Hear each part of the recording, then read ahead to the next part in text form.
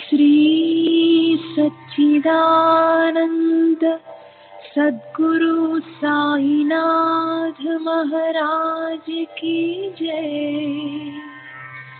सद्गुरु श्री साईनाथुनि शरद बाबूजी की जय। సాయి వంటి దైవంబు లేడోయి లేడోయి, ప్రజలందరి నోట సాయి నామం పలకాలి, సర్వత్రా సాయి రూపం రంజిల్లాలి, ముజ్జగాలు సాయి మహిమతో ముప్పిరిగొనాలి, సాయి పదరవళులు మన హృదయ కుహరంలోని నిశ్శబ్ద నిశీధిలో ప్రతిధ్వనించాలి. ప్రణవనాద వీచికల్లా సాయి జ్ఞాన సౌరభాలు సర్వత్రా వ్యాపించాలి. ఆ సుజ్ఞాన సౌరభాల ఆస్వాదనలో మన మనసులు మత్తెక్కాలి. సాయి ప్రేమామృత ధారలు అంతటా నిరంతరం వర్షించాలి. ఆ ప్రేమామృత ధారలలో తడుస్తూ, ఆ జ్ఞాన సౌరభాల మత్తులో ఆనందంగా నర్తిస్తూ సాయి వంటి దైవంబు లేడోయి లేడోయి అని అందరూ ఏకకంఠంతో గానం చేయాలి. అదే నా ఆశ, ఆశయం, ఆకాంక్ష. అదొక మధుర స్వప్నం. ఆ స్వప్న సాఫల్యం కోసం శ్రీ సాయినాథుని అనన్య ప్రేమతో, ఆర్ద్రతతో ప్రార్థించటమే మనం చేయగలిగింది, చేయవలసింది. శ్రీ బాబూజీ. श्री सच्चिदानंद सद्गुरु साईनाथ महाराज की जय। सद्गुरु श्री साईनाथुनि शरद बाबूजी की जय। साई बाबा, साई बाबा, साई बाबा, साई बाबा, साई बाबा, साई बाबा, साई बाबा, साई बाबा, साई बाबा, साई बाबा, साई बाबा, साई बाबा, साई बाबा, साई बाबा, साई बाबा,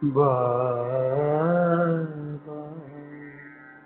साईं बाबा साईं साईं बाबा साईं साईं बाबा साईं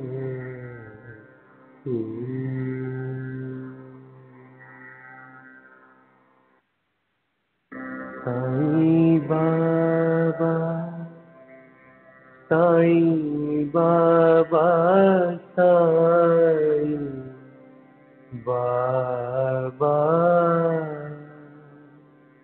साईं बाबा साईं बाबा साईं बाबा साईं बाबा साईं बाबा साईं बाबा साईं बाबा साईं बाबा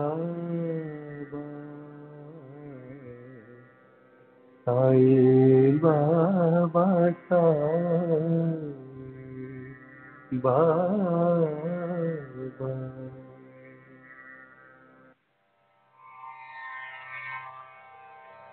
श्री सच्चिदानंद सद्गुरु साईनाथ महाराज की जय। सद्गुरु श्री साईनाथुनि शरद बाबू जी की जय।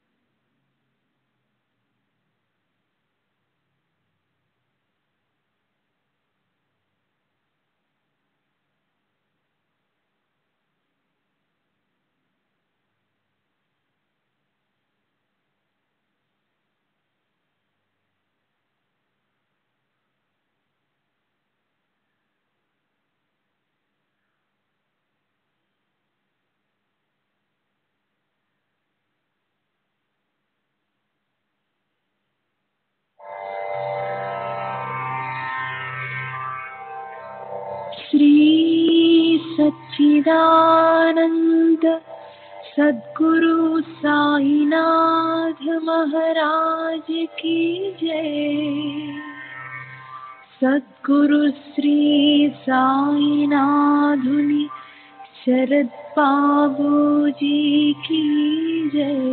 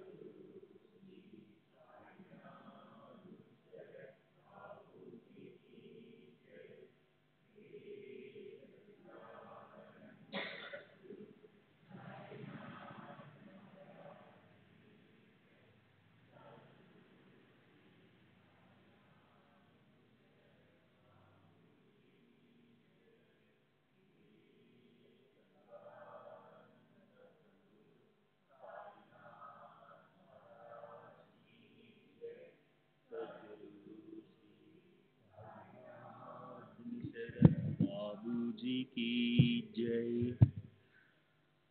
श्री सच्चिदानंद सद्गुरु साईनाथ महाराज की जय।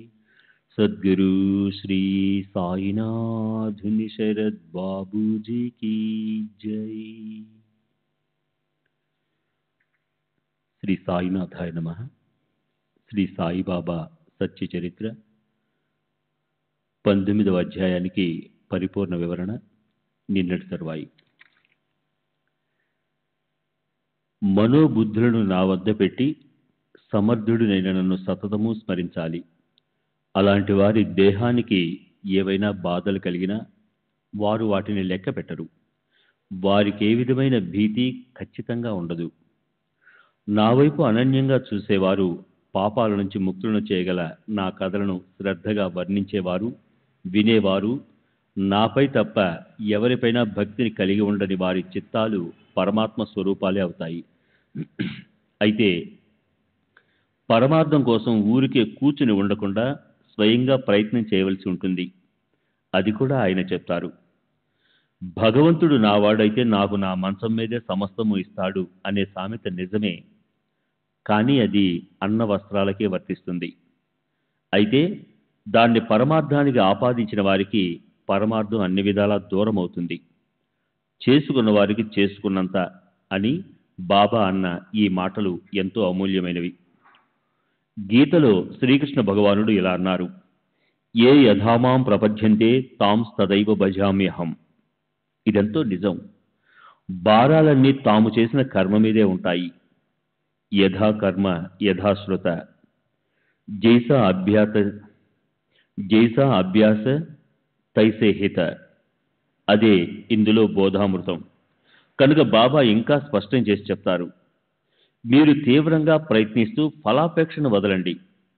మీకు ఫలాన్ని ఇవ్వటానికి మీ వెనుక నేను నిలబడి ఉంటాను. అయితే మేము తీవ్రంగా ప్రయత్నించాలి, ఫలితం మాత్రం మీరు అనుభవించాలి అని మీరు అనవచ్చు. కానీ నా గురించి అలా అనుకోకండి. మానవులు కార్యసాధనకై తత్పరులై ఉండాలి. అయితే పరమార్థం కోసం భక్తులు ప్రయత్నం చేస్తుండాలి. వారి మనసులో ఒకానొక సద్భావన చెలరేగితే సాయి మహారాజు ఎలా ఉత్తేజాన్నిస్తారో, పెదవి కదపకుండా తమ అనుగ్రహాన్ని ఎలా కురిపిస్తారో, అది ముఖ్యంగా గురువారం లాంటి శుభప్రదమైన రోజు, షిరిడి లాంటి పవిత్రమైన స్థానంలో రామనామ అఖండ ఆవర్తన చేయాలనే హేమాడ్ పంత్ అనుభవం ద్వారా మనకు తెలుస్తుంది. ఈ అనుసంధానంతో హేమాడ్ పంత్ రామనామ మహిమను ఎంతో యథార్థతతో గానం చేశారు. రామనామంతో పతితులు పావనులవుతారు. రామనామంతో గొప్ప లాభం కలుగుతుంది. రామనామంతో అభేద భజన జరుగుతుంది. రామనామంతో మానవులకి బ్రహ్మ ప్రాప్తిస్తుంది. రామనామ ఆవర్తనతో జనన మరణ పరిభ్రమణ తప్పుతుంది. ఒక్క రామనామ స్మరణతో లెక్కలేనన్ని లాభాలు కలుగుతాయి. రామనామ గర్జన ఉండే చోట విష్ణువు సుదర్శన చక్రం తిరుగుతుంటుంది. అది కోట్లాది విఘ్నాలను నాశనం చేస్తుంది. ఈ రామనామం దీనులను రక్షిస్తుంది. ఇదివరలో అనేక సార్లు ప్రతిపాదన చేసినట్లు ఇక్కడ కూడా బాబా తమ సర్వ వ్యాపకతను చెప్తారు. నేను నీటిలోనూ, నేల మీద, కట్టెలోనూ ఉన్నాను. జనుల్లోనూ, వనాల్లోనూ, దేశంలోనూ, పరదేశంలోనూ, దేదీప్యమానంగా ఆకాశంలోనూ నిండి ఉన్నాను. నేను ఏకదేశిని కాను. 3.5 మూరల పరిమిత దేహంలోనే ఉన్నానని అనుకునే వారి పొరపాటు అభిప్రాయాన్ని దూరం చేయటానికి నేను దేహాన్ని ధరించాను. పారమార్థిక గోష్ఠి అయింది. అయితే ప్రపంచంలో వ్యవహరించడానికి ఎంతైనా ఉపయోగపడే బోధను ఈ అధ్యాయంలో బాబా ఇచ్చారు. 1. ఎవరైనా ఎప్పుడైనా దేనికోసమైనా మన దగ్గరకు వస్తే వారితో ఎలా వ్యవహరించాలి. వచ్చే పోయే వారిని ఆదరించు. పూర్వజన్మలో ఏ రకమైన రుణానుబంధం లేకుండా ఎవరు కూడా ఎక్కడికి వెళ్ళలేరు.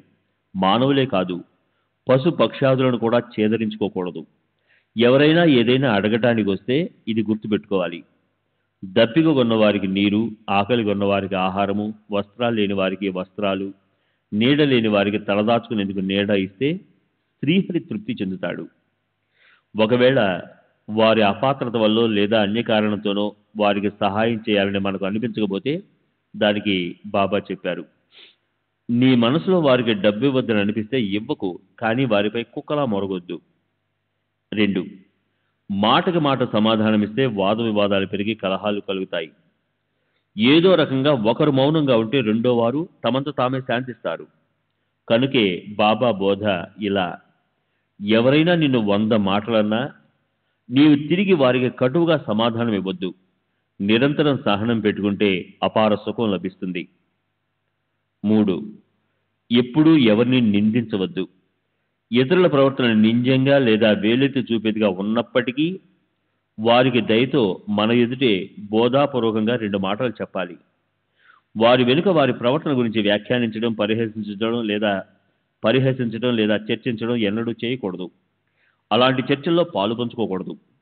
దీని గురించి అలా నిందించే ఓ వ్యక్తిని అక్కడ పోగైన ఇతర భక్తులు చూస్తుండగా అశుద్ధాన్ని పిండి వంటలాగా యథేచ్ఛగా తింటూ గుటకలు వేసే పందిని వేలుతో చూపించి బాబా ఎలా అవమానించారో, అతన్నే ఏమిటి అక్కడున్న భక్తులందరికీ ఎలా బోధించారో మనం చూశాం.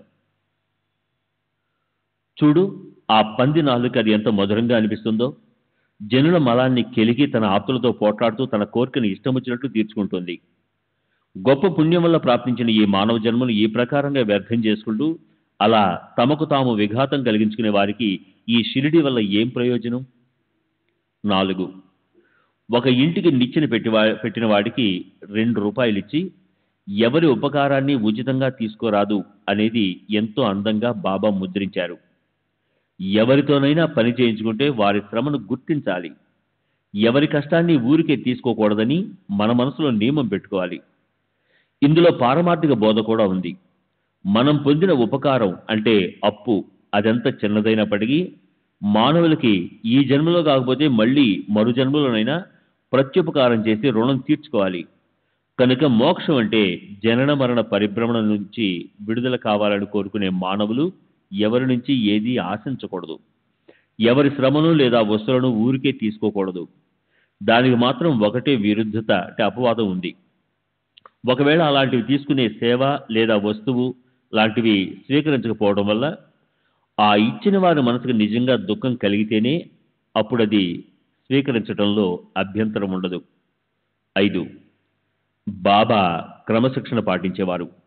భక్తుల శ్రేయస్సు కోసం మద్యపానం వగైరా చేసే వ్యసనపరులైన భక్తులని వారి స్వప్నాల్లోకి వెళ్లి వారి ఛాతీ మీద కూర్చుని వారిని కొట్టడానికి కూడా వెనుకాడేవారు కాదు.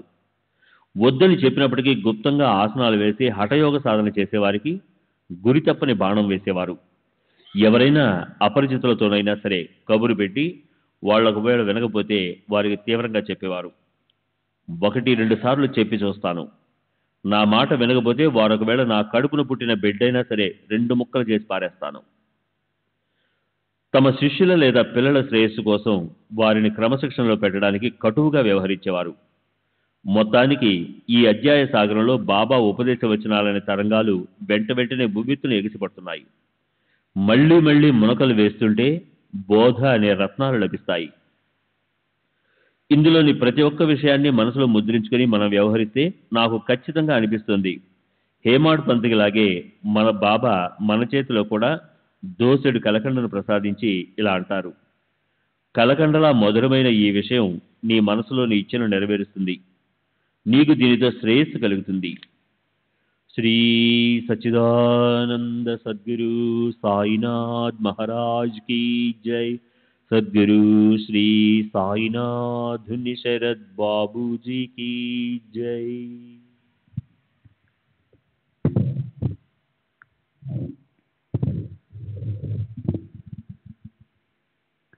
ఇరవదవ అధ్యాయము ఈశావాస్య భావార్థ బోధనము. ఈ ఈశావాస్య ఉపనిషత్తు యొక్క అంతరార్థాన్ని తాత్పర్యాన్ని స్పష్టం చేసి చెప్పటం.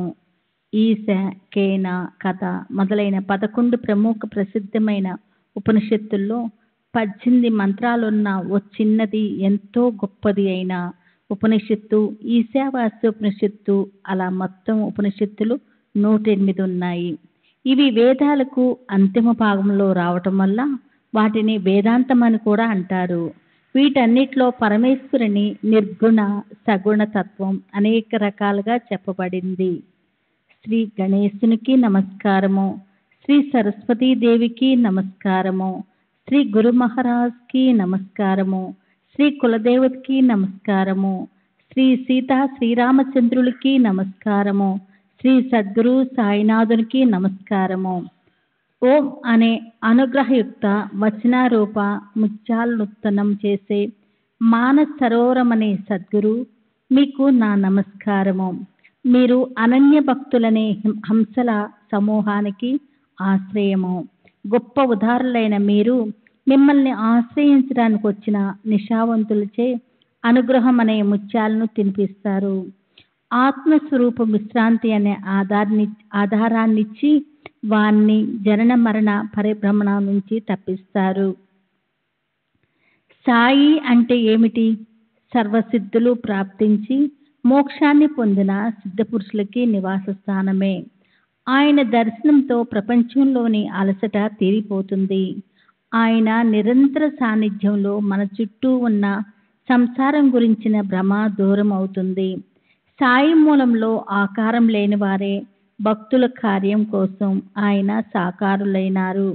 మాయా మోహం అనే నటిని స్వీకరించి ఒకానొక నటుల్లాగా ఈ సంసారంలోని ఆటను యథావిధిగా ఆడారు. అలాంటి సాయిని స్మరిద్దాం. ఒక్క క్షణం మాత్రం షిరిడీకి వెళ్దాం. మధ్యాహ్నం హారతి తర్వాత ఏం జరుగుతుందో శ్రద్ధగా చూద్దాం. మధ్యాహ్నం హారతి తర్వాత సాయి మహారాజు మసీదు అరుగు చివరకొచ్చి ఎంతో కృపాదృష్టితో భక్తులకు విభూది ప్రసాదించేవారు.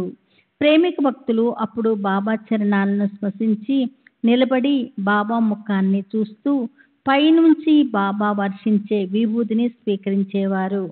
బాబా కూడా గుప్పెళ్ల కొద్దీ విభూదిని భక్తుల దోసెల్లో పోసేవారు. బొటన వ్రేళ్లతో దాన్ని వారి నుదుట పెట్టేవారు.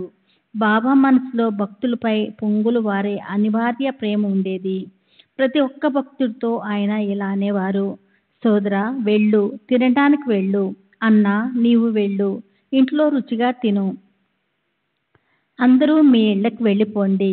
ఇదంతా చూడటానికి ఇప్పుడు లేకపోయినా ఇదివరకటి ఆ వైభవాన్ని షిరిడీలోని ఆయా ప్రదేశాల్లో దృఢంగా గుర్తుకు తెచ్చుకుంటే అది కళ్ళెదుట కనిపిస్తుంది.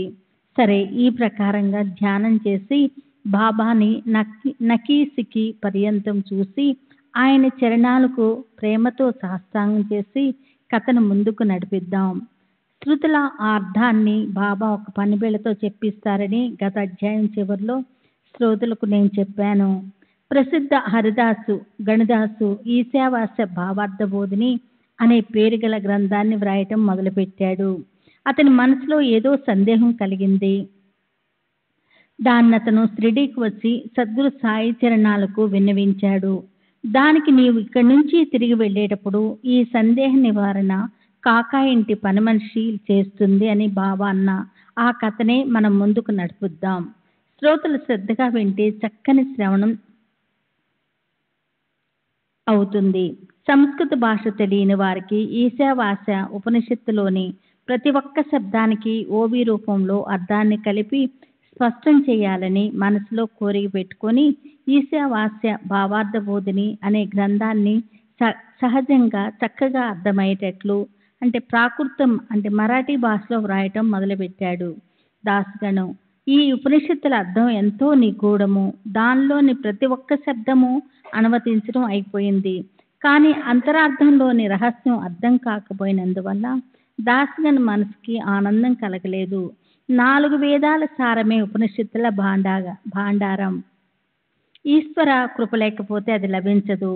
నేను గొప్ప పండితుణ్ణి, నా అంత నేను స్వయంగా ప్రయత్నించి ఈ ఉపనిషత్తులను అర్థం చేసుకుంటాను, వాటికి యథాతథంగా అర్థం చెప్పగలుగుతాను అని కొందరంటారు.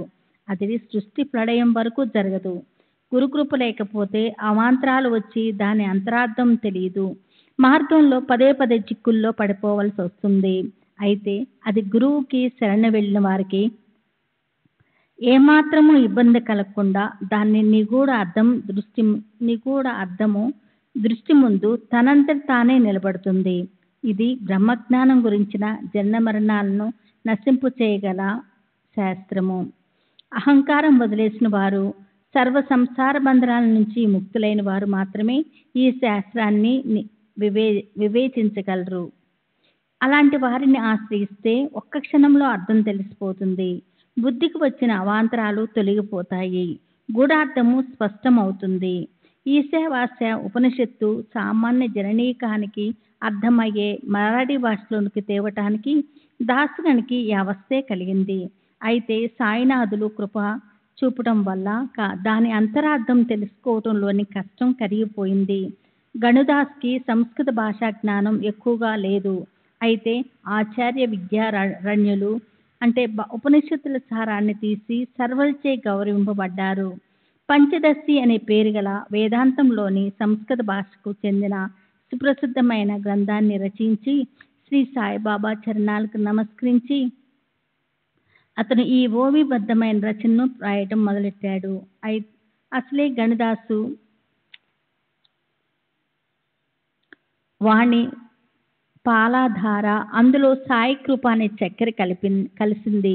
నిరంతరం ప్రవహించే ఈ మధురమును శ్రోతలు ఒక్క క్షణం పాటు స్వీకరించాలి.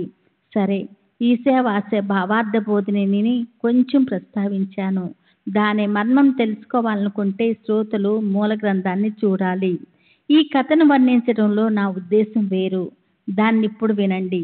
తాను భక్తులు ఏదైనా గ్రంథం చదవబోతున్నప్పుడు వారికి ఏదైనా అర్థం కాని ఒక వాక్యం ఎదురైతే అప్పుడు సాయి మహారాజు ఆ భక్తుల శంకకి సమాధానం తాము స్వయంగా మాట్లాడకుండానే ఎలా చెప్పేవారో చూడండి. దాన్ని సారాంశ రూపంగా శ్రోతలకు చెప్పాలన్నదే నా మనసులోని అభిలాష. ఈ కథకు అదే కారణము. కృపతో శ్రద్ధ పెట్టి వినండి. ఓవిబద్ధమైన తాత్పర్యము, సృష్టీకరణ కోసం వివరణ వ్రాసి పండితులకది మాన్యమయ్యేలా వ్రాయాలన్న దాస్కన్ మనసులోని కోరిక కూడా నెరవేరింది. అయితే అతని మనసులో ఒక సందేహం అలాగే ఉండిపోయింది. దాన్ని పండితులు ఎదుట పెట్టాడు. దాని మీద ఎంతగానో చర్చ చేశాడు. అయితే ఎవరి వల్ల కూడా ఆ శంక తృప్తి కలిగించే విధంగా నిరసన కాలేదు. ఇంతలో ఏదో కారణంతో దాస్కన్ షిరిడీ వెళ్ళాడు. అతని శంకా నివారణ ఎంతో సహజంగా అయిపోయింది. దర్శనం చేసుకోవడానికి దాస్కన్ మసీద్కు వెళ్ళిపోయాడు. సాష్టాంగ నమస్కారం చేసి సాయి పాదాలపై తలపెట్టాడు. సుఖ సంపన్నుడైనాడు. మహాత్ముల అనుగ్రహపూర్వక దృష్టి, మహాత్ముల నోటి నుంచి వెలువడే మధుర వాక్కులు, కాంతులొలుకుతూ మహాత్ములు చిందించే మందహాస వదనము ఇవన్నీ భక్తులకు క్షేమ కుశల ప్రాప్తినే కలిగిస్తాయి. మహాత్ములు కేవలం దర్శనంతో సమస్త పాపాలు ప్రక్షాళనమవుతాయి. ఇక వారితో నిత్య సహవాసం అనే నిధి లభించిన వారికి లభించే పుణ్యం ఎంతని వర్ణించగలము? దాస్కన్ నమస్కరించగానే బాబా కుశల ప్రశ్నలు వేశారు. ఏం గణు, ఎక్కడి నుంచి వస్తున్నావు? అన్నీ సక్రమంగా సంతృప్తికరంగా ఉన్నాయి కదా, మనస్సు హాయిగా ఉంటుంది కదా?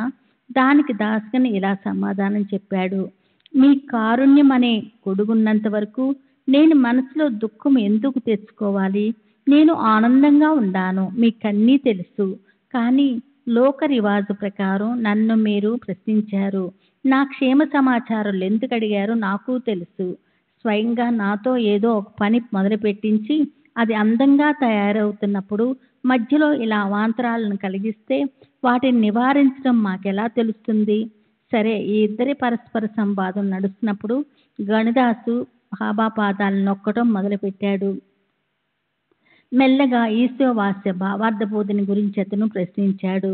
బాబా ఈశావాస్య భావార్థ బోధిని వ్రాస్తున్నప్పుడు కలం కదలకుండా ఆగిపోయింది. మనసులో శంకలు కుశంకలు తలెత్తాయి. వాటిని మీరే విప్పి చెప్పాలి అని గణదాసు జరిగిందంతా మొదటి నుంచి చివరి వరకు బాబా కేకరవు పెట్టాడు. నివారించడానికి కష్టమైన ఆ సందేహాన్ని ఆయన ముందు పెట్టాడు.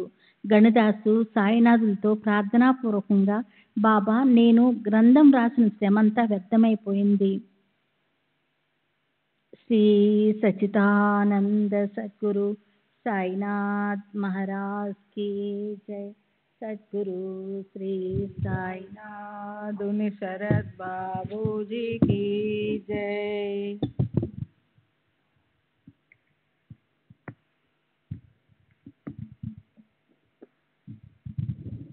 ఈశావాస్య ఉపనిషత్తు గురించిన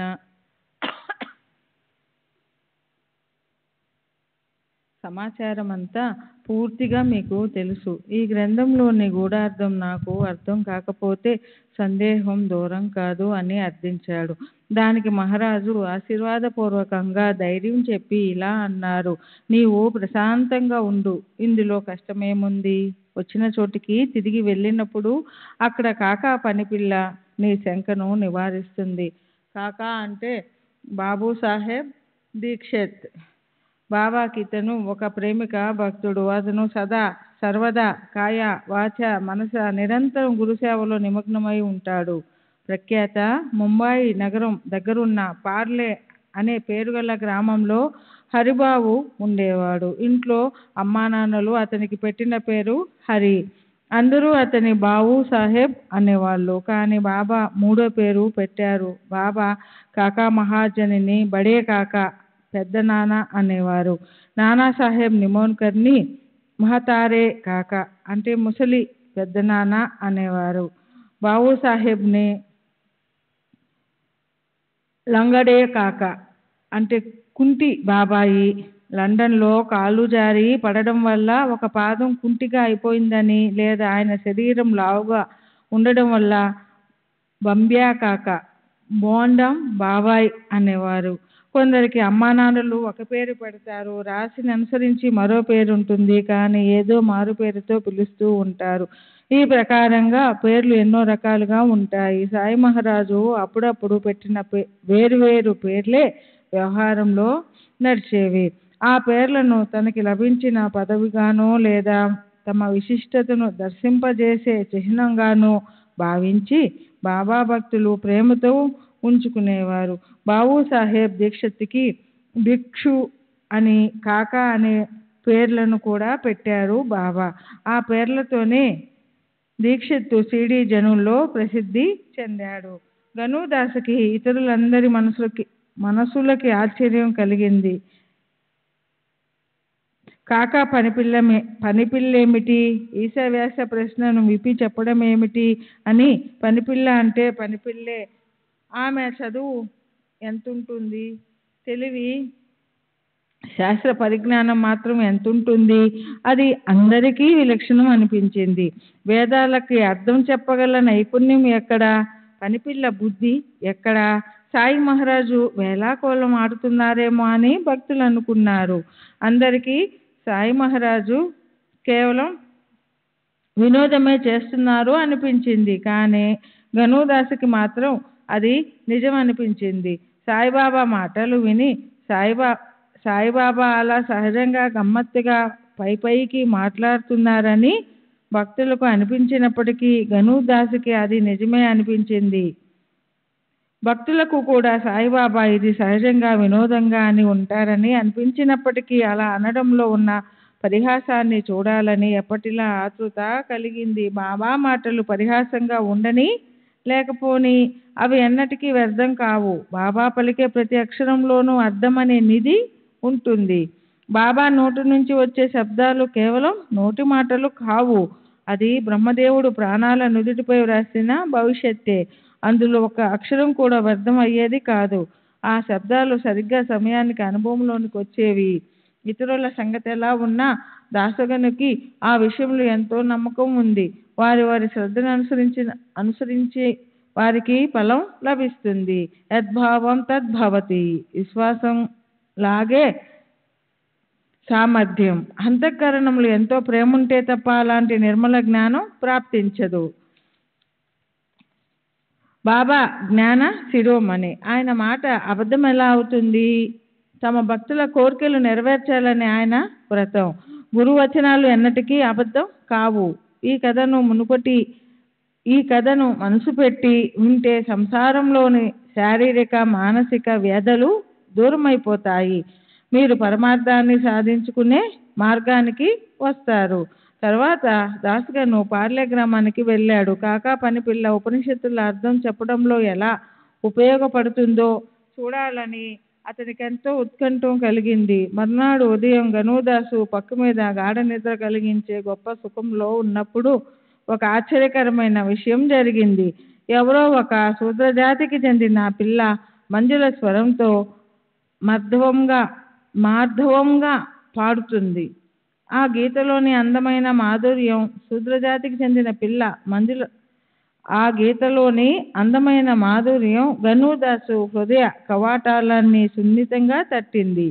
దీర్ఘ పదజాలంతో మధుర పద రచన ఉన్న ఆ గానాన్ని విని అతని మనసు పరవశించింది. అతను దాన్ని శ్రద్ధగా వినసాగాడు. గబుక్కున లేచి గానం అర్థాన్ని తెలుసుకోవడానికి దానిపై మనసును కేంద్రీకరించాడు. దాన్ని జాగ్రత్తగా విని ఎంతో ఆనందించాడు. అతను మనసులో ఇలా అనుకున్నాడు, ఈ అమ్మాయి ఎవరి పాప? గంభీరంగా మధుర స్వరంతో పాడుతుంది ఈమె. ఈశావ్యాసంలో వచ్చిన శంకను విప్పి చెప్తుంది అని బాబా చెప్పిన పనిపిల్ల ఈమెనా? చదువురాని వాణి నుంచి ఉపనిషత్తుల అర్థం నాకు తెలియజేసే ఆమె ఎవరో చూద్దామని గనుదాసు బయటకు వచ్చి చూశాడు. అప్పుడు నిజంగా ఒక శూద్రజాతి పాప కాకాసాహెబ్ ఇంటి తూము దగ్గర గిన్నెలు తోముతుంది. అడిగినప్పుడు తెలిసింది, దీక్షిత్ ఇంట్లో నామ్దేవ్ అనే పేరు గల పనివాడున్నాడు. ఈ పాప అతని చెల్లెలు. ఈమె కాకాకి పనిపిల్ల. ఈమె ఆలపించిన ఆ గానంతో ఉపనిషత్తులోని శంక నిరసన అయ్యింది. జ్ఞానేశ్వరుడు దున్నపోతు నోటి నుంచి వేద పఠనం చేయించాడు. అలాగే ఉందిది.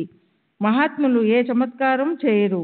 ఈ ప్రకారంగా ఈ పిల్ల గానంతో దాసగనికి తృప్తి కలిగింది.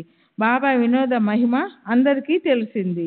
గనుదాసు కాకా వాళ్ళ దేవుడి గదిలో పూజకు కూర్చున్నాడు. అప్పుడు అతను ఈ గానాన్ని విన్నాడు అని కొందరంటారు. సరే, ఏదెలా ఉన్నా తాత్పర్యం మాత్రం ఒకటే. సాయి మహారాజు తన భక్తులకు అనేక కారణాలతో ఎలా శిక్షణ ఇస్తారో చూడండి. మీ స్థానంలో మీరు కూర్చొని నన్ను అడగండి. ఊరికే అడవుల్లోనూ జనుల్లోనూ ఎందుకు వెతుకుతున్నారు? నేను మీ జిజ్ఞాసను తీర్చుతానని నిశ్చయంగా తెలుసుకోండి. నేను అన్ని చోట్ల నిండి ఉన్నాను. నేను లేని ఖాళీ స్థానం లేదు. భక్తుల భావాన్ని అనుసరించి నేను ఎక్కడైనా ఎప్పుడైనా ప్రకటమవుతాను అని చెప్పేవారు. సరే, ఆ 8 సంవత్సరాల పిల్ల నడుముకి ఒక చినిగిన పరికీని కట్టుకుంది. అయినా ఆమె తన గానంలో ఒక నిండు జరీ ఉన్న నారింజ రంగు చీర అందాన్ని గురించి గొప్పగా వర్ణిస్తుంది.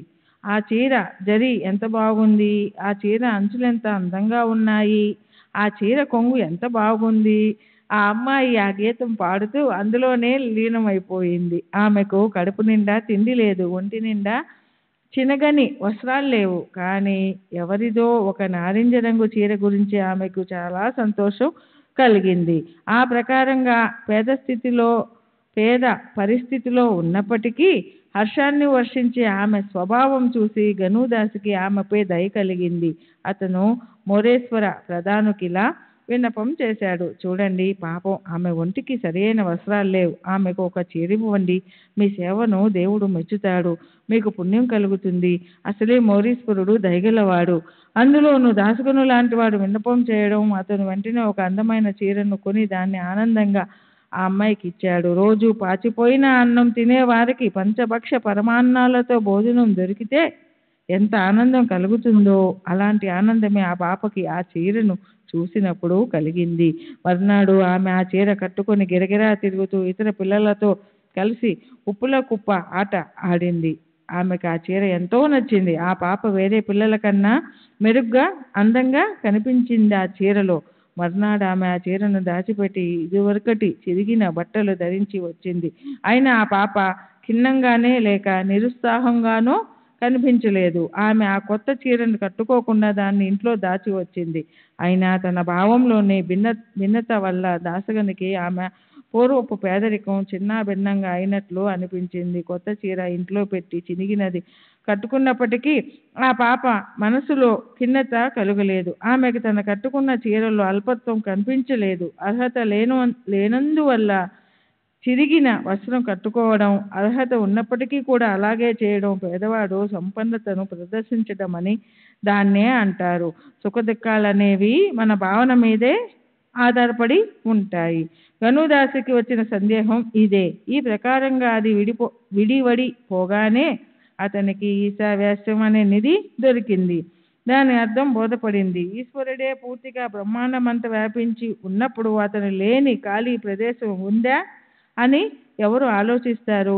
ఈశావ్యాస ఉపనిషత్తులో 1వ మంత్రంలోని పూర్వార్థం చూడండి. ఈశావ్యాస్యం మిదం సర్వం యతించిత జగత్యం జగత్ అంటే అఖిల బ్రహ్మాండంలోని జడ చైతన్య స్వరూపాలన్నీ ఈశ్వరుడిచే వ్యాపించబడి ఉన్నాయి. ఇంకా చూడండి, గీత అధ్యాయం 9 శ్లోకం 4 మమయా తత మిదం సర్వం జగద వ్యక్తమూర్తినా అంటే శ్రీకృష్ణుడినైన నేను నా అవ్యక్త రూపంతో ఈ జగత్తంతా వ్యాపించి ఉన్నాను. ఈ పరబ్రహ్మ పూర్ణమే, ఈ జగత్తు కూడా పూర్ణమే. పూర్ణ పరబ్రహ్మం నుంచే ఈ సంపూర్ణ జగత్తు ఉత్పన్నమయ్యింది. కనుక పూర్ణ పరబ్రహ్మ నుంచి పూర్ణ జగత్తు యొక్క కల్పనాన్ని తీసేసినప్పటికీ పూర్ణ పరబ్రహ్మే మిగిలి ఉంటుంది. ఈశావ్యాస ఉపనిషత్తులోని శాంతి పాఠం అంటే వేదాంతాన్ని పఠించే ముందు గురు శిష్యులు ఏకత్రమై చదివే పాఠం లేదా మంగళాచరణం. ఇందులో అక్కడక్కడ వేదంలోని మహాతత్వం నిండి ఉంది. ఓం పూర్ణమిద పూర్ణమిదం పూర్ణత్ పూర్ణముదచ్యతే పూర్ణస్య పూర్ణమదాయ పూర్ణమేమ వశిష్యతే. శ్రీ సచ్చిదానంద సద్గురు సాయినాథ్ మహారాజ్ की जय.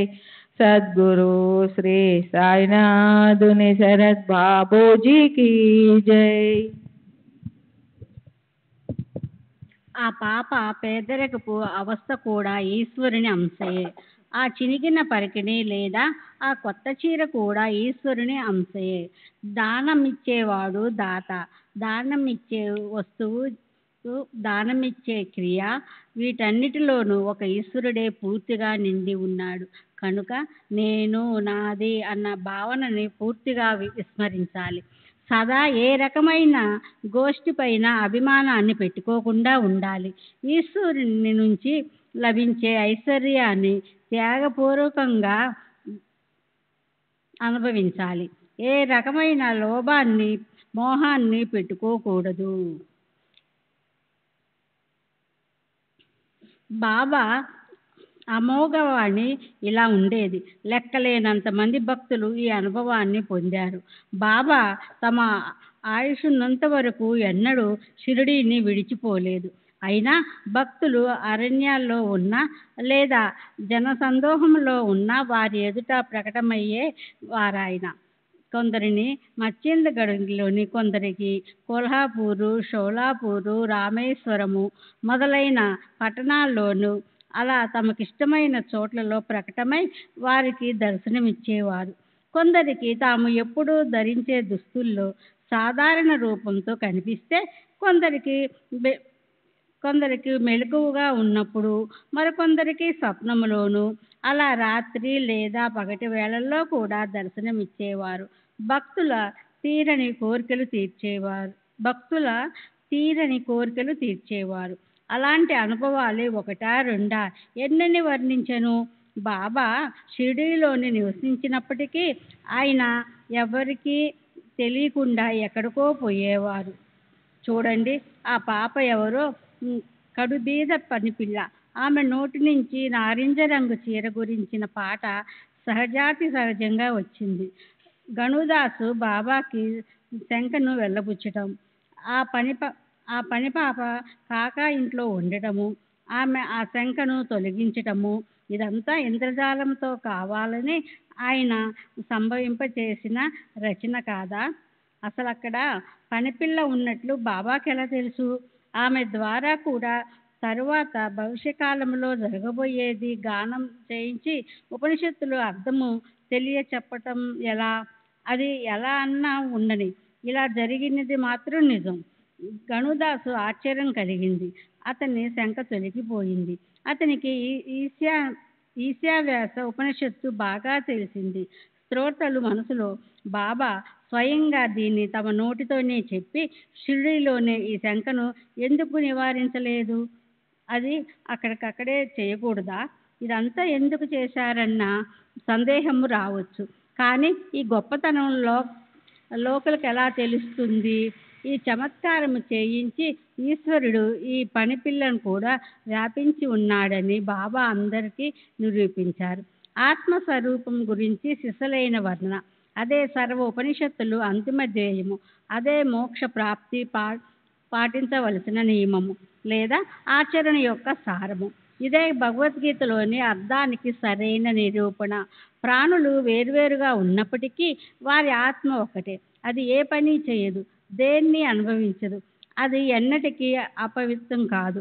దానికి పాపపుణ్యాలుండవు. దానికి ఏ రకమైన కర్తవ్యాచరణ ఉండదు. నేను ఉత్తమ జాతి బ్రాహ్మణ్ణి, ఇతరులందరూ నాకంటే నీచి జాతివారు అన్న భేద భావనతో కూడిన జ్ఞానం ఉన్నంత వరకు కర్తవ్య కర్మచరణ అవసరమవుతుంది. నాకు దేహము లేదు, అంతటా ఒకేలా ఉన్నాను, నేను తప్ప ఇతరులెవరూ లేరు, నేనే అంతటా వ్యాపించి ఉన్నాను అన్న జ్ఞానమే ఆత్మస్వరూపము యొక్క నిజమైన జ్ఞానము. పూర్ణ బ్రహ్మ యొక్క ఏకాత్మత నుంచి చలించే జీవాత్మకు ఎప్పుడో ఒకసారి స్వస్వరూపాన్ని నిశ్చయంగా ప్రాప్తింప చేసుకోవాలనే ధ్యేయం ఉంటుంది. శృతి, స్మృతి, వేదాలు ఇవన్నీ ప్రతిపాదించిన నిర్ణయం ఇదే. మూలస్థానం నుంచి విడిపోయిన జీవాత్మ తిరిగి ఇదివరకటి అచల ప్రాప్తిని నిశ్చయపూర్వకంగా సాధించటమే అంతిమ ధ్యేయం. సమం సర్వేషు భూతేషు తిష్టతం పరమేశ్వరం.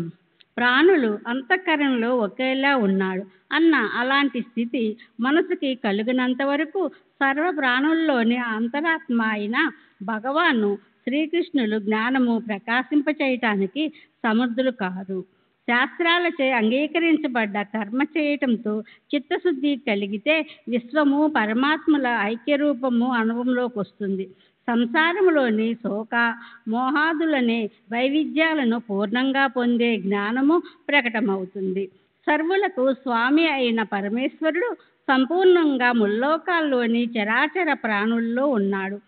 అతని నిష్క్రియ అవివాజ్య పరాత్పర ఈశ్వరుడు అయినప్పుడు అతను శరీరరహితుడు, త్రికాల బాధితుడు, అస్తిత్వ రూప సత్యము అంటే సత్స్వభావం కలవాడు. అలాంటి ఈశ్వరుడు నామరూపాలతో ఉన్న విశ్వానికి లోపల బయట వ్యాపించి ఉన్నాడు. తానే నేనుగా స్వయంగా విశిష్ట గుణ రూపాలు లేకుండా సంపూర్ణంగా అన్ని చోట్ల నిండి ఉన్నాడు. మూలములో ఆకారరహితముగా ఉన్న మాయ యొక్క గుణం వల్ల ఆత్మకి ఆకారము ఉన్నట్లు కనిపిస్తుంది. అనేక వాసనలున్న వారికి వెనకే ఈ జగత్తు ఉంటుంది. కానీ అదే ఏ వాసనలు లేని వారికి ఈ జగత్తు వాస్తవం అని అనిపించదు. కనుక ఈ పంచభూతాలలో బంధింపబడి చరాచర వస్తువులతో నిండి ఉన్న ఈ జగత్తును వాస్తవము కాదని తెలుసుకొని పరమేశ్వరుడు ఒక్కడే సర్వశ్రేష్ఠుడు అన్న నిశ్చయాన్ని నిశంకంగా చేసుకోవాలి. శ్రీ సచ్చిదానంద సద్గురు సాయినాథ్ మహారాజ్ కీ జై. సద్గురు శ్రీ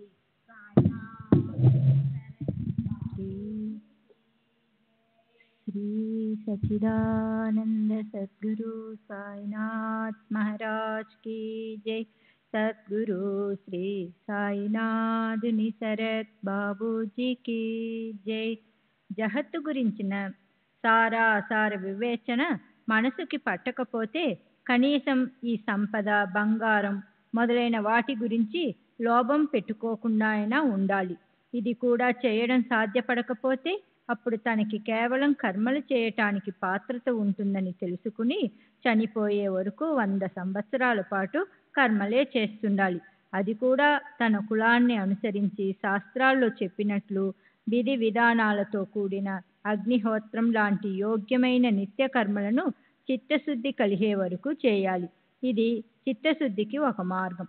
రెండోది, సంసార బంధనాలన్నింటినీ తెంచేసి జహత్తు వ్యాపారాల నుంచి పూర్తిగా ముక్తులవడం లేదా ఐహిక వస్తువులన్నింటినీ త్యజించటం. మొదట చెప్పినది కర్మ మార్గం, తరువాత చెప్పినది జ్ఞాన మార్గం. ఈ రెండింట్లో ఒక్క మార్గమైనా అవలంబించకపోతే దైవ నియమానుసారం సుఖ దుఃఖాలు అనుభవించటానికి మిగిలి ఉంటాయి. అలాంటి సోమరులు కేవలం విషయోభోహాలతో తమకి ధన్యత కలుగుతుంది అని అనుకునేవారు ఎన్నటికీ ఉద్ధరింపబడరు. వారి పతనం ఈశావాస్యంలో తరువాతి 3వ మంత్రంలో ఎంతో కఠిన శబ్దాలతో వర్ణించబడింది. అనూర్య నామతే లోకా అందేన తమసా వ్రతః తానేస్తే ప్రేత్యేభి గచ్చంతి ఏకేచాత్మ హవోజనః. ఈ ప్రకారంగా తమ ఆత్మఘాతకాన్ని కలిగించుకునే లోకులు మరణించాక దుఃఖము, క్లేశము, అజ్ఞానము అనే అంధకారంలో వ్యాపించి ఉన్న అసురుల నానా రకాల నరక రూప యోనుల్లో జన్మిస్తారు. శిష్యులకి గల అధికారాన్ని గుర్తించగల సద్గురువు ఈ బ్రహ్మ విద్యను, ఉపనిషత్తుల బోధను సర్వులకి సరిసమానంగా ఒకేలా ఇవ్వరు. మనోవృత్తి, జహత్తు, పరమేశ్వరుల ఏకాత్మను అంగీకరించినంత వరకు ఉపనిషత్తుల ఉపదేశం కేవలం శబ్దాలకే పరిమితమవుతుంది. కానీ అలాంటి శాబ్దిక బోధ కూడా అవసరం. ఎందుకంటే జిజ్ఞాసువులు మొదట దాన్నే అడుగుతారు. కనుక బాబా నీకు పనిపిల్ల చెప్తుంది అని దాసగన్ని షిరిడీ నుండి పార్లేకి పంపించారు. స్వయంగా బాబాయే దీన్ని ఒకవేళ చెప్పి ఉంటే అప్పుడు తర్వాత పని జరిగి ఉండేది కాదు. నేనొక్కడే ఉన్నాను, నేను తప్ప ఈ ప్రపంచంలో అన్యులు ఎవరూ లేరు అన్న బాబా యొక్క ఏకమేవాదిత్యము జ్ఞానం తెలిసేది కాదు. ఆ పనిపిల్ల మరి ఎవరో కాదు, స్వయంగా నేనే అన్న సూచనని బాబా ఇచ్చారు. ఈశావాస్య ఉపనిషత్తు అర్థాన్ని అనుభవపూర్వకంగా తెలియచేశారు. కొద్దిగా పరమేశ్వరునిది, ప్రత్యేకంగా గురువుది అనుగ్రహం లేనప్పుడు ఆత్మజ్ఞానం ప్రాప్తింప చేసుకోవటానికి సిద్ధపురుషుల ఉపదేశం ఆవశ్యకం. ఆత్మజ్ఞాన ప్రబోధక శాస్త్రాలను చెవులతో వినాలి. నేనే అంతటా ఉన్నాను, నేను తప్ప అన్యులు ఎవరూ లేరు అన్న విషయాన్ని గురించి స్పష్టం చేసుకోవాలి. ఈ ప్రకారంగా ఆత్మ యొక్క వాస్తవిక స్వరూపం గురించిన సృష్టీకరణ అయ్యాక ఆ ఆత్మ మరి ఎవరో కాదు, స్వయంగా నేనేనన్న ఏకాత్మతా ధ్యానం ప్రాప్తిస్తుంది. దానితోనే ఆత్మ ప్రసన్నమవుతుంది. సరే, అలా ఆత్మ గురించి చర్చించి అలాగే దాని పట్ల ఏకాగ్రతతో శ్రద్ధ పెట్టి దాంతో పాటు చలించని స్థిరమైన ఏకాత్మతను పెడితే అప్పుడు పరమాత్మ లభిస్తాడు. రాబోయే అధ్యాయంలోని విషయం వినాయక హరిశ్చంద్ర ఠాకూరు, అనంతరావు పాటంకర్లు ఇత్యాదుల కథలు. అదే చెప్పబోతున్నాను. శ్రోతలు ఆదరపూర్వకంగా వింటే వారు పరమార్థం వైపు శ్రద్ధ పెట్టగలరు. ఆ కథ అంత మధురంగా ఉంటుంది. అది వింటే శ్రోతల వాంఛ నెరవేరుతుంది. మహాపురుషుల దర్శనం నిశ్చయంగా లభిస్తుంది. భక్తుల కోరిక నెరవేరుతుంది. సూర్యుడు ఉదయించిన తరువాత అంధకారం నశించినట్లు ఈ కథామృతాన్ని ఆస్వాదిస్తే ప్రపంచంలోని మాయా మమకారం అనే వలను దూరంగా విసిరేయగలరు. కల్పన చేయలేనటువంటి సాయిబాబా కుశలతను వర్ణించడానికి ఆయన తప్ప ఎవరు సమర్థులు? నన్ను కేవలం నిమిత్తం చేసుకుని ఆయన స్వయంగా ఈ కథను నా నోటి నుండి చెప్పిస్తున్నారు. సర్వులకి శుభమస్తు. ఈ ప్రకారంగా సత్పురుషులు మహాత్ములు ప్రేరణ కలిగించిన భక్త హేమాడ్పంత్ రచించిన శ్రీ సాయి సమర్థుల సచ్చరిత్రంలోని ఈశావాస్య భావార్థ బోధనం అనే పేరు గల 20వ అధ్యాయం ముగిసింది. శ్రీ సద్గురు సాయినాథార్పణమస్తు. శుభం భవతు. 20వ అధ్యాయానికి పరిపూర్ణ వివరణ. దాసుగణకి ఈశావాస్యంలో ముఖ్యంగా ఏ మంత్రం లేదా అందులోని ఏ విశిష్ట భాగంలోని అర్థం తెలియలేదు. దేనికోసం అతను బాబా దగ్గరికి వెళ్ళాడు అని కొందరు పాఠకులకు ప్రశ్న ఉదయిస్తుంది. ఎందుకంటే ఈ సందేహం నాకు కూడా కలిగింది. బాగా ఆలోచించిన మీదట నాకు అర్థమైంది.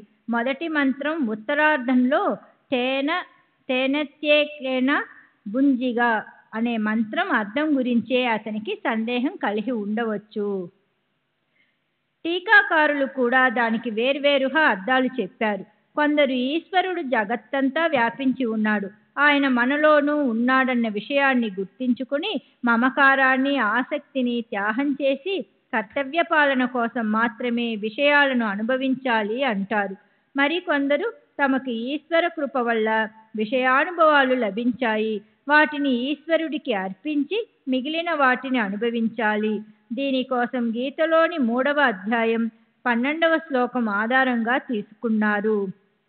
ఇస్తాన్ బోహాన్ హి ఓ దేవా దాస్యంతే యజ్ఞా భావిత తైర్ధ్యాత్యాన ప్రదాయైభ్యో యోభిమోని సేవన శ్రవణగా. యజ్ఞంతో తృప్తి పడిన దేవతలు మీరు కోరుకున్న అనుభవాన్ని ఇస్తారు. వారు ఇచ్చిన అనుభవాన్ని వారికి అర్పించకుండా దాన్ని స్వయంగా అనుభవించేవారు దొంగలే. ఇక్కడ ఈశ్వరునికి అర్పించడంలోని అర్థం ఈ పనిలో స్వయం చేసిన వారి వాటాని వారికి ఇవ్వటంగా తీసుకోవాలి. అయితే ఇంకా మరికొందరు తమకు అవసరమైన ధనం తాము తీసుకోవాలి, మిగిలిన భాగాన్ని ఇతరుల కోసం ఉపయోగించాలి. ఏ రకంగానూ లోభం పెట్టుకోకూడదు. ఈ ధనం ఎవరిది? మనది మాత్రమే కాదు, అయితే సాయిబాబా దానికి అర్థాన్ని తమ నోటితో చెప్పకుండా కాకా పనిపిల్లతో తెలియజేశారు. ఈ పనిపిల్ల ఎంతో నిరుపేద, కడుపు నిండా అన్నం, కట్టుకునేందుకు బట్ట లేదు. అయినా ఆమె ఎంతో ఆనందంగా ఉంది. ఇతరుల చీరల వైభవం చూసి ఆమెకు మత్సరం కలుగలేదు, లేక తన దైన్యానికి సిగ్గుపడలేదు. ఆ చీర గురించి ప్రేమతో పాట పాడింది. మర్నాడు ఆమెకు స్వయంగా అందమైన కొత్త చీర లభించింది. ఒకానొక నిర్వికార సన్యాసిలాగా ఆమె దాన్ని కాదనలేదు. దాన్ని ఆనందంగా తీసుకుని ఇష్టంతో కప్పుకుంది. ఇతర పిల్లలతో పాటు గిరగిరా తిరుగుతూ ఉప్పుల గుప్ప ఆట ఆడింది. కానీ ఆ మర్నాడు ఆ చీరను పెట్టెలో దాచి వచ్చింది. అందులో ఆసక్తి కలుగలేదు, దానిపై ఆశ పెట్టుకోలేదు. దాన్ని ఎవరైనా ధరించవచ్చు, లేదా తానే దాన్ని మళ్ళీ కట్టుకోవచ్చు అన్న ఉదార భావన ఆమెకుంది. తన పేదరికాన్ని ఆమె మరిచిపోలేదు. మళ్ళీ అంత ఆనందంగానూ ఉండిపోయింది. ఆమె సంసారంలో ఎలా వ్యవహరించాలి అన్న దాని గురించిన ఇంత బోధని బాబా ఆ పనిపిల్ల ద్వారా నేర్పించారు. తేనెత్వైకేన బుంజిదా అనే దాని అర్థాన్ని విప్పి చెప్పారు. దాంతోపాటు ఆ పనిపిల్ల మరి ఎవరో కాదని, స్వయంగా తానేనని, ఉపనిషత్తులోని ఈ మహాతత్వాన్ని, ఈశావాస్యం ఇదం సర్వం యత్కించిత్ జగతాం జహత్ అనుభవాన్ని అందరికీ ఇచ్చారు. బాబా కుశలత ఎంత గొప్పది! ఇప్పుడు పై అధ్యాయంలో మధ్యలో హేమాడ్ పంత్ ఈశావాస్య ఉపనిషత్తులోని మొదటి 3 మంత్రాలను వివేచన చేశారు. దాన్ని ఇంకా స్పష్టంగా తెలియజేసే ప్రయత్నం చేద్దాం. ఈ 3 మంత్రాలంటే భారతీయ వేదాంతంలో తత్వజ్ఞానంలోని సారమే. అప్పుడు దాన్ని బాగా అర్థం చేసుకోవటానికి పునరావృత్తి, విస్తరణ దోషాలను స్వీకరించవలసిన అవసరం ఉంది. ఆ 3 మంత్రాలు ఇలా: శ్రీ సచిదానంద సద్గురు సాయినాథ్ మహారాజ్ కీ జై. సద్గురు శ్రీ సాయినాథ్ నిసరత్ బాబూజీ కీ జై.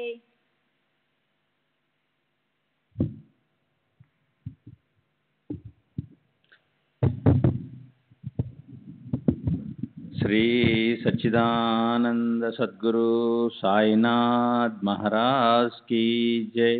సద్గురు శ్రీ సాయినాథుని శరద్ బాబూజీ కీ జై. ఈశావాస్యమిదం సర్వం యత్కించిత్ జగత్యాం జగత్ తేన త్యక్తేన భుజింద మాఘృద కశ్యస్వి ధ్వనం. అఖిల బ్రహ్మాండంలో జడ చైతన్య రూప జగత్తంతా ఈశ్వరుడిచే వ్యాపించబడి ఉంది. ఇది గుర్తుంచుకొని ఆ ఈశ్వరుని సదా స్మరణ చేసి ఈ జగత్తులోని విషయాలను యథావిధిగా అనుభవించాలి. ఎలాంటి మమకారము లేదా ఆసక్తి పెట్టుకోకూడదు. ఈ భోగ్య వస్తువు ఎవరిది అంటే ఎవరిది కాదు. శ్రీకృష్ణ భగవానులు గీతలో చెప్పారు, రాగ ద్వేష వియుక్తైస్తు విషయ నింద్రియ చరన్ ఆత్మ వైశార్వి ఏ ఆత్మ ప్రసాద మదిగచ్చతి. స్వాధీనమైన మనసు కలవాడు రాగ ద్వేష రహితములను తమకు స్వాధీనంలో ఉండే ఇంద్రియాలతో అన్నపానాది విషయ భోగాలను అనుభవిస్తూ ఉన్నవాడైన మనోనిర్మలత్వాన్ని పొందుతున్నాడు. కుర్వం నైన్వ కర్మాణి జిజి విశేషత సమం ఏవం త్వయి నా న్యదే తోస్తిన కర్మ లిప్యతే నరే. పై మంత్రంలో చెప్పినట్లు ఒకవేళ విచారము ఆచరణ సాధ్యం కాకపోతే శాస్త్రాల్లో చెప్పినట్లు కర్తవ్య కర్మలు చేసి దాన్నే ఈశ్వర పూజ అనుకొని 100 సంవత్సరాలు జీవించడంపై కోరిక ఉంచాలి. ఇలాంటి కర్మలే మానవుల్ని బంధనాల్లో ఉంచదు. ఇది కాక మీకు మోక్షం లభించే మార్గం మరొకటి లేదు. మళ్ళీ చూడండి, యజ్ఞార్థ కర్మణోన్యత్ర లోకోయం కర్మబంధనం తద్ధర్మం కర్మ కౌంతేయ ముక్త సజ్జ స్మచార. యజ్ఞం కోసం అంటే పరమేశ్వర ప్రీత్యర్థం చేసే కర్మలు తప్ప ఇతర కర్మలు లోకులకు బంధకారకాలు అవుతాయి. కనుక ఓ కౌంతేయ, సగం అంటే ఆసక్తిని వదిలేసి పరమేశ్వర ప్రీత్యర్థం నీవు కర్మలు చెయ్యి. యతం ప్రవృత్తి రూప్తానాం ఏన సర్వమిదం తతం సర్వకర్మణా తాం భర్చ సిద్ధిం వినద్ది మానవాం. ఎవరి వల్ల సర్వభూతాలు అంటే సర్వ సృష్టిలోని సజీవ నిర్జీవ పదార్థాలు ఉత్పన్నమవుతాయో, ఎవరితో జగత్తంతా వ్యాపించబడి ఉందో అతని పూజను తమ కర్మలతో ఆరాధిస్తే మానవులకి జ్ఞానయోగ్యత రూప సిద్ధి ప్రాప్తిస్తుంది. అయితే ఆ కర్మల్లో ఆసక్తులు కాకుండా దాని ఫలంపై ఆశ పెట్టుకోకుండా చేయవలసి ఉంటుంది. బ్రాహ్మణ్యాదాయ కర్మాణి సజ్ఞం త్వక్తా కరోతియం లిప్య తేనస పాపేన పద్మపత్ర మివాంబస. బ్రహ్మార్పణ చేసి ఆసక్తి రహితులుగా చేసే కర్మలు కమలపత్రం నీటితో అంటబడనట్లు పాపాలతో లిప్తం కాకుండా అంటే దోషభూయిష్టం కాకుండా ఉంటాయి. కర్మజం బుద్ధియుక్త హిఫలం త్వక్త మనీషిని జన్మబంధ వినృక్త పదం గచ్చశ్చ నామయం. సమత్వ బుద్ధితో కూడిన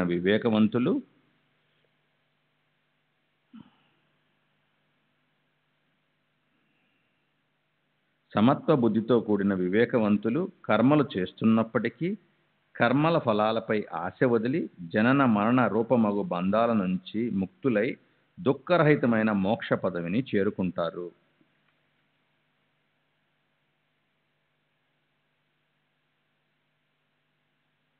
శ్రీ సచ్చిదానంద సద్గురు సాయినాథ్ మహారాజ్ కీ జై.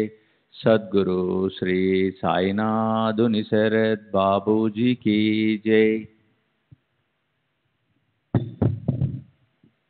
అయితే అలా చేయకుండా తమకు ఆత్మవిఘాతం కలిగించుకునేవారు అసురులు అంటే దుఃఖము, క్లేశము, అజ్ఞాన రూప అంధకారంతో వ్యాపించిన దుష్ట స్వభావం కల నానా రకాల నరక రూప యోనుల్లో మరణానంతరం జన్మిస్తారు.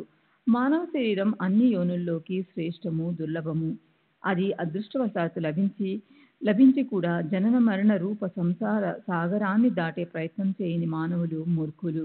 మొదటి మంత్రంలో చెప్పిన జ్ఞాన మార్గం లేదా రెండవ మంత్రంలో చెప్పిన కర్మ మార్గం, వీటిలో ఏ మార్గాన్ని అవలంబించకుండా నిరంతరం కామోపభోగాల్లో దుష్టకర్మల్లో నిమగ్నమైన ఆత్మఘాతకులు పదే పదే పశుపక్షులు లేదా కీటకాలు, క్రిములు మొదలైన నీచ దుఃఖ యోనుల్లోనో లేదా భయంకర నరకంలోనో పడవలసి వస్తుంది. అనేక మనోరథాల్లో చిత్తం భ్రమించి మహోజలంలో చిక్కుకొని కామభోగాల్లో ఆసక్తి చెంది లోకులు ఘోర నరకంలో పడతారు. అలా ఆ దుష్ట క్రూర పాపి సరాధములని నేను నిరంతరం అసురీయోనుల్లో పడేస్తాను అంటే జన్మింపచేస్తాను. కనుక మానవులు మనుష్య యోనిలో జన్మించి తమను తామే ఉద్ధరించుకోవాలి. తమకి తాము వినాశనం కలిగించుకోరాదు. ఎందుకంటే ప్రతి ఒక్కరూ తమకు తామే బంధువు లేదా తమకు తామే శత్రువు. అనుగ్రహకరణం. శ్రీ గణేశునికి నమస్కారం, శ్రీ సరస్వతీదేవికి నమస్కారం, శ్రీ గురు మహారాజుకి నమస్కారం, శ్రీ కులదేవతకి నమస్కారం, శ్రీ రామచంద్రులకి నమస్కారం, శ్రీ సద్గురు సాయినాథునికి నమస్కారం. గడిచిన అధ్యాయం చివరిలో చెప్పినట్లు వినాయక హరిశ్చంద్ర ఠాకూర్కి మహాపురుషుల అంటే శ్రీ సాయినాథుల దర్శనం ఎలా అయిందో ఏకాగ్ర చిత్తంతో వినండి. వక్త మాటలు చెవిలో పడగానే శ్రోతలు ఆనందంతో ఊగిపోకపోతే, వారి దేహం రోమాంచం కాకపోతే ఆ మాటలు వ్యర్థమేనని తెలుసుకోవాలి. దాన్ని విని శ్రోతలు అందులో లీనం కాకపోతే, వారి కంఠం మనోవికారాలనే ఉత్కృష్టమైన అవస్థతో రుద్ధమవ్వకపోతే, కనుపాపల్లో సుళ్ళు తిరిగిన ఆనందాశ్రువులు కనురిప్పులు దూసుకొని జాలువారకపోతే ఆ కథనం వ్యర్థమైందనే చెప్పాలి. బాబా మాటలు మనసుని ఆనంద డోలికల్లో ముంచేస్తాయి. ఆయన బోధనా పద్ధతి గొప్ప అలౌకికమైనది. ప్రతిసారి ఆయన కృత్యాలు నిత్య నూతనంగా అద్భుతంగా ఉండేవి. ఆయన చరణాలకు నా నమస్కారం. మనకి అదృష్టం ఉదయించకపోతే సాధు సత్పురుషులతో అనుబంధం ఏర్పడదు. ఎంతో సామీప్యంలోనే ఉన్న అత్యంత పాపులకి వారు కనిపించరు. ఈ సిద్ధాంతంలోని నిజానిజాలను నిర్ణయించి చూపటానికి మన దేశంలో సుదూర తీరాలకో లేక ఏ విదేశాలకో వెళ్ళవలసిన అవసరం లేదు. నేను నా సొంత అనుభవాన్ని శ్రోతలకు చెప్తాను. బాంద్రా పట్టణంలో పీర్ మౌలానా అనే పేరు గల ఓ సుప్రసిద్ధ సిద్ధ పురుషులుండేవారు. శ్రీ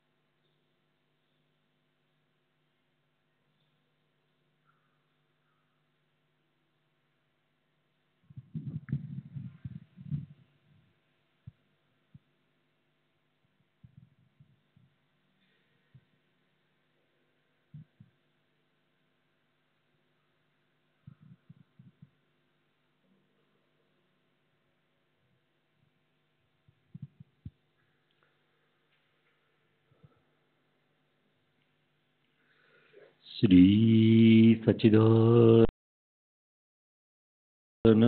सद्गुरु साईनाथ महाराज की जय। सद्गुरु श्री साईनाथ शरद बाबू जी की जय। साई रहम नजर करना, बच्चों का पालन करना। साई रहम नजर करना, बच्चों का पालन करना।